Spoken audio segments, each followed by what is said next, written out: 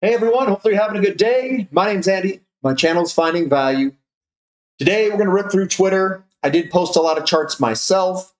So we're going to see some soft commodities, some other things that we're going to cover that we don't normally cover all the time. Other metrics, other data, financial data. So I'll be talking a lot about commodities, financial, and wealth related stuff in these clips. All right, so let's dive in. Let's see what's going on. I'm going to give you my financial opinions. If you like my take on the financial opinions, definitely check out finding-value.com. Become a platinum member, join our community, and you'll probably like a lot of the stuff I talk about if you like these clips. I do have a lot of individual companies that I really dive into, not so much the financials, although we do look at the financials to some degree. We look at the financials plus the charts plus the fractals plus all those different things, which basically forms, I would say basically forms my portfolio for this commodity bull market that we are in and that is still developing.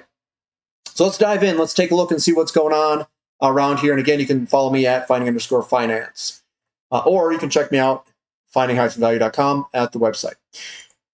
So coming in here, it says, this is from myself. I said, what matters more, the supply and demand of a specific commodity or the rotation of money that is caused by a larger demographic buying homes, increasing inflation, leading to increasing interest rates, and ultimately a shift in asset allocation?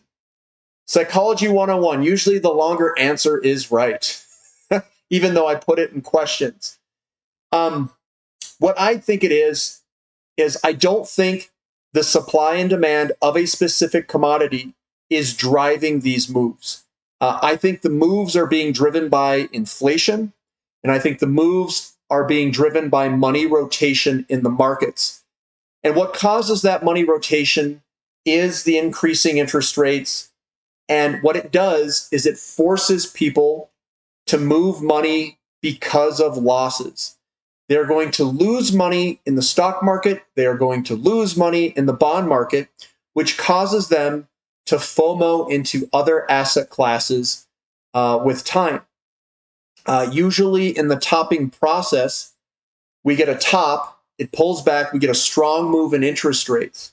That's the topping process for stock market, bond market. Then we get a bull trap. In my opinion, I think we're in the bull trap for stocks, maybe even the NASDAQ. And no, I don't know exactly how high it's going to go. I don't think anyone knows that.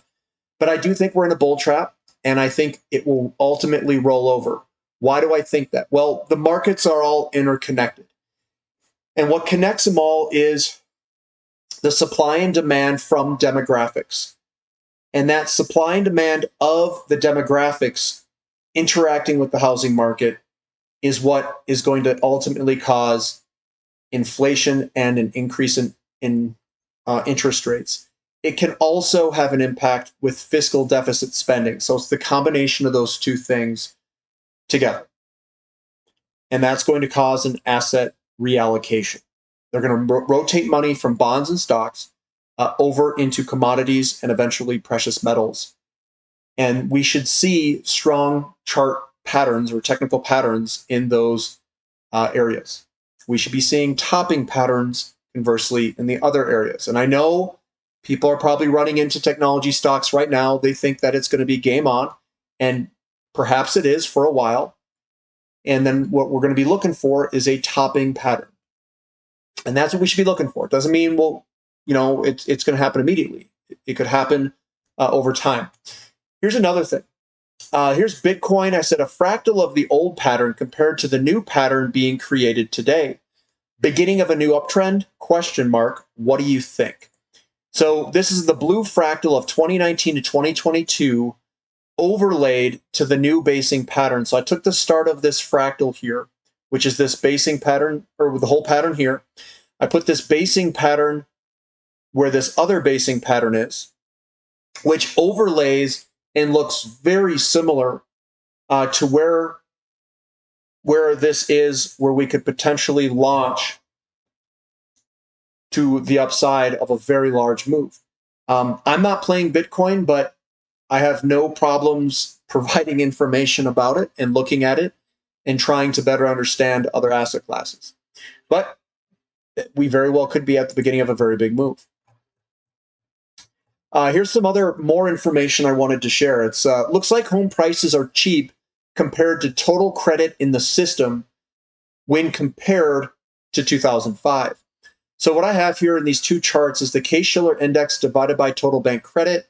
And I also have Case-Shiller index divided by the loans and leases in bank credit for commercial banks. So this is the total bank credit. And you can see that we were in this basing pattern. We've broken out to the upside. We've done a retest move. Basically, this is A here, and this is B, right where the retest is. That's basically the ideal buy point for an investor is at B, right where we're at. So this pattern is suggesting that the Case-Shiller index needs to go up in relationship to total bank credit, that the housing market needs to go up and account for more of the total bank credit like it did in 2005. Another thing that it could also suggest is that there is a shift away during this time frame. There's a shift of bank credit away from real estate. And during this time, real estate was the majority driver of bank credit versus other sectors. What's happening over here is also signaling to us that what could potentially come is the Case-Shiller price index is going to make up a larger stake of total bank credit. It's going to be the driver of that potentially. We can also see this in the Case-Shiller index divided by the total loans. That's the loan and leases in bank credit commercial banks. We had a large percentage of the Case-Shiller index or the home price index accounting for total loans and leases in commercial banks. And right now we went to a very low level. It bottomed out. We broke out, did a retest, and we could see this launch to the upside. What does that mean? It means that we have a real estate boom that is coming, and it's going to potentially be where the majority of loans and leases are going to come from. So it's going to come back to the higher end of this. That's a guess. I also want to cover future pricing of soft commodities. We've got cocoa, wheat, soybean, and corn. And check these out, guys. I was charting this back in the day, and you can see this big breakout of cocoa futures rocketing to the upside. This has a very big lead-in, so we could see a very big move in cocoa futures. Looking at wheat, wheat is starting to definitely heat up a little bit here. So that looks good, and it's been heading higher in the past few weeks, months.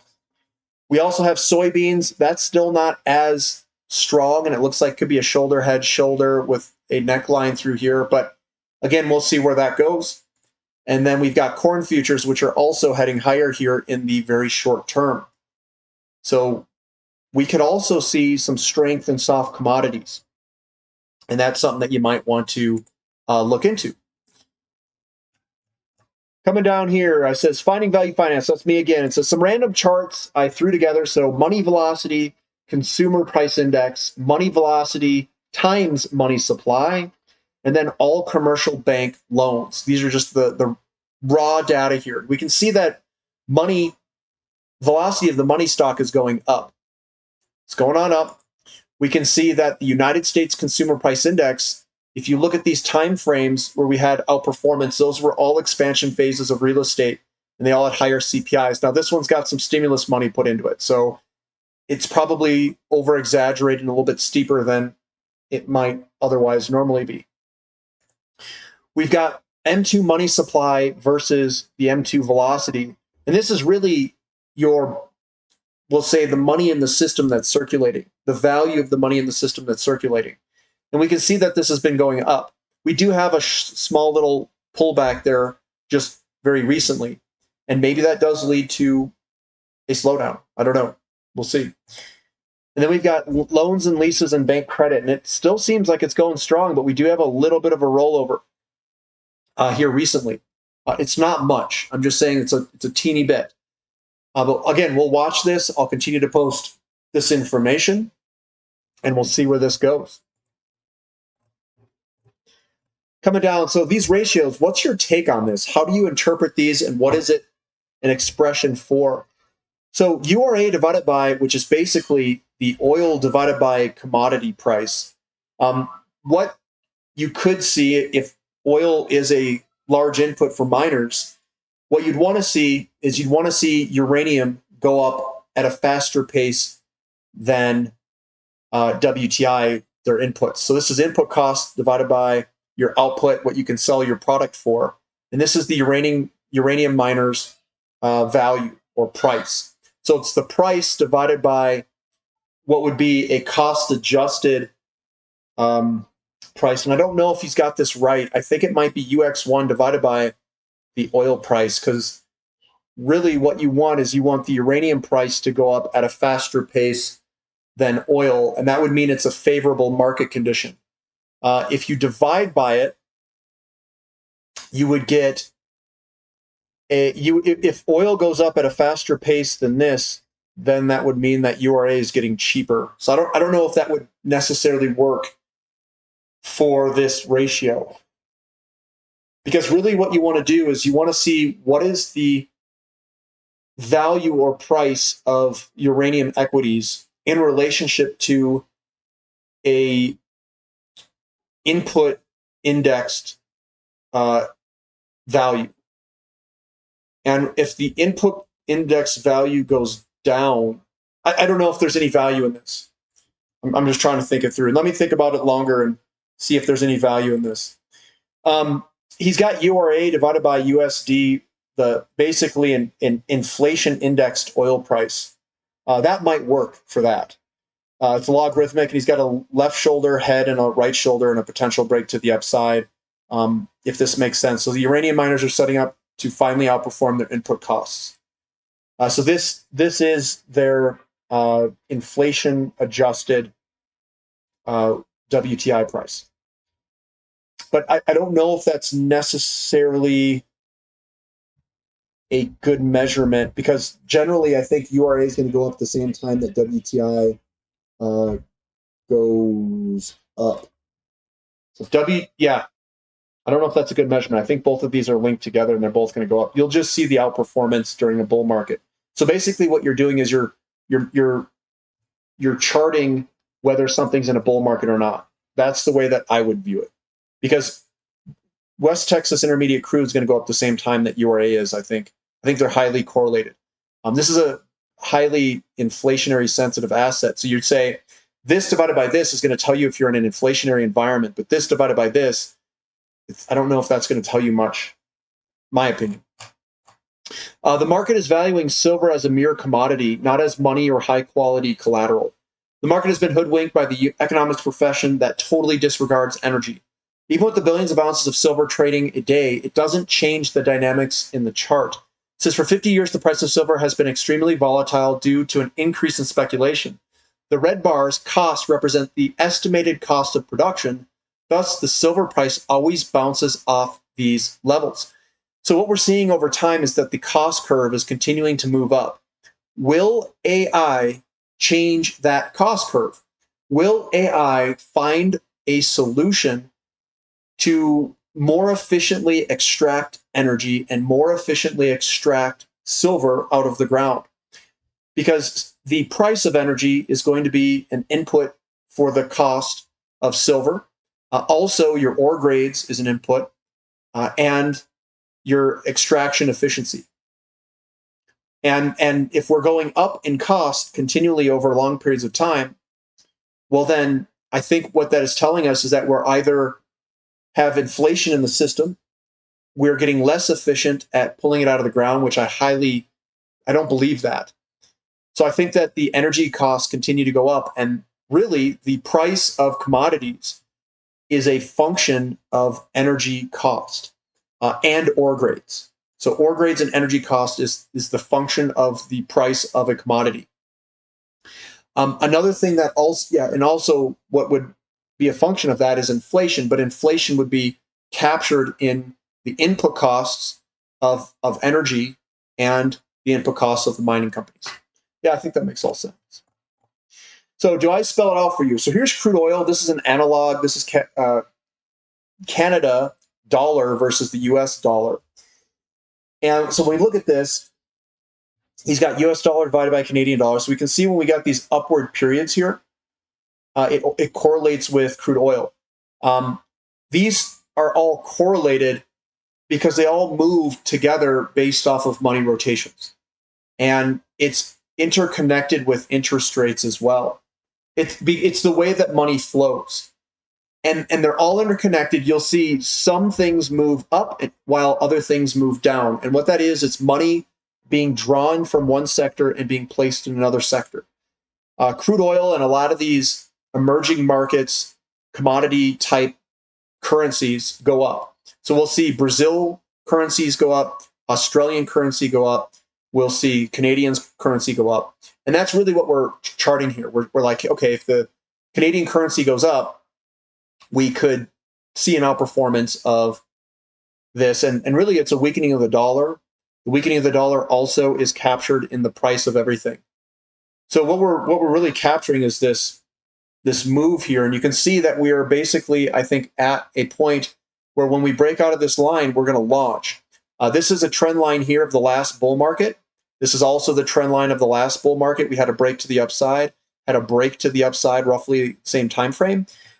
We have a downward trend line, and we're ready to break to the upside here on both of these charts.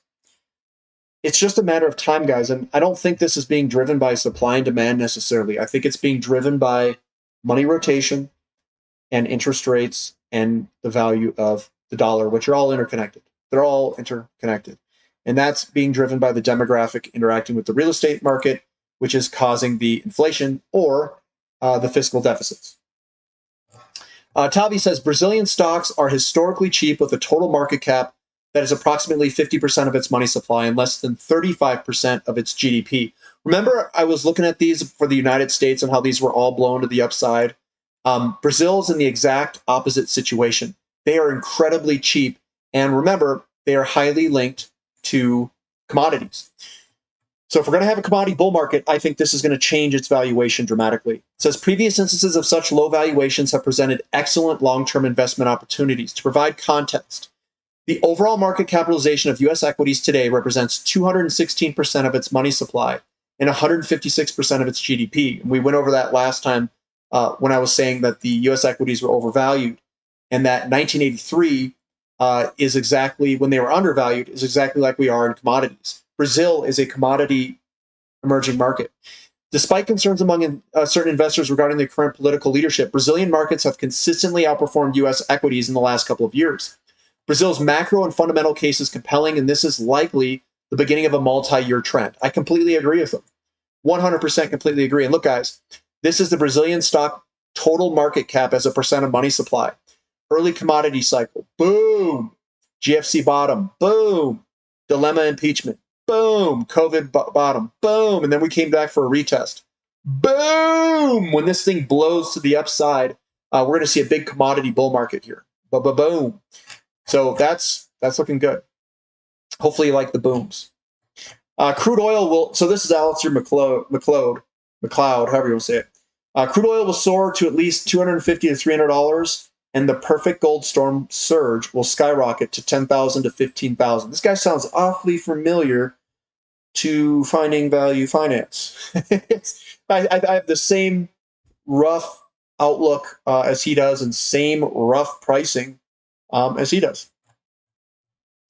It says there were far fewer homes for sale in May than any other month on record. The pool of homes for sale is shrinking because homeowners feel trapped by rising mortgage rates, with new listings down 25% to the third lowest level on record. What I am going to say is he made this up. He made the back half of this up because homeowners feel trapped by rising mortgage rates. How does he know that? How does he know that? This has been falling ever since the 2012. It's been falling, it's been falling, it's been falling, it's been falling. We fell here recently. Why all of a sudden does everybody say, oh, it's because they're trapped? It's been falling since 2012 the entire time. Why do they fill that gap and try to explain something that may or may not be true? I can tell you something. I'm not trapped by rising mortgage rates. I could go buy a house and buy cash if I wanted to. You know why I don't want to do that? Because there's no homes out there to buy. There is no home. So I don't want to lose the house I'm in to go try to find to do something. So the only thing I could do most likely is to go buy a brand new house. Now, yeah, there's some used homes, existing homes that are out there. I'm in an existing home and I bought an existing home, but I just don't, there's not much out there. There's not much really to choose from. So I don't know if what he's saying is necessarily a fact, because homeowners feel trapped by rising mortgage rates. Now, some owners may feel that. There's a lot of owners that don't. And we don't want to move, or I don't want to move, because one, I don't want to have a transaction cost, which is a cost to move. Two, I like where I live. Three, there isn't much out there to pick from. So why would I move then? There's no point to me moving. I'm not trapped by the mortgage rate. I actually just like where I live. And I don't want to move. Here is silver's up against a big blue breakout. It's a halfway pattern, big old move that could potentially come for silver. This is a monthly log chart. Historical opportunity. Do not miss it. Stay focused on the big picture, guys. That's where the big moves come from. That's where the big money is made. And here's gold. This is a halfway pattern, and we've got a big old move ahead of us for gold. So get ready for these big moves, guys. Get ready. So that's what I've got for today, guys. I'm going to end it there. That's what we're seeing in the markets. If you guys like the content, give me a thumb up. Subscribe to the channel. Subscribe to the website if you want to be a part of the community. But that's really all I've got for today. I think we've covered enough there. I don't really have anything else to add to it. There's a lot of good setups out there, and all it takes is patience. That's all it takes. All right, guys. We'll catch you later. This is Finding Value.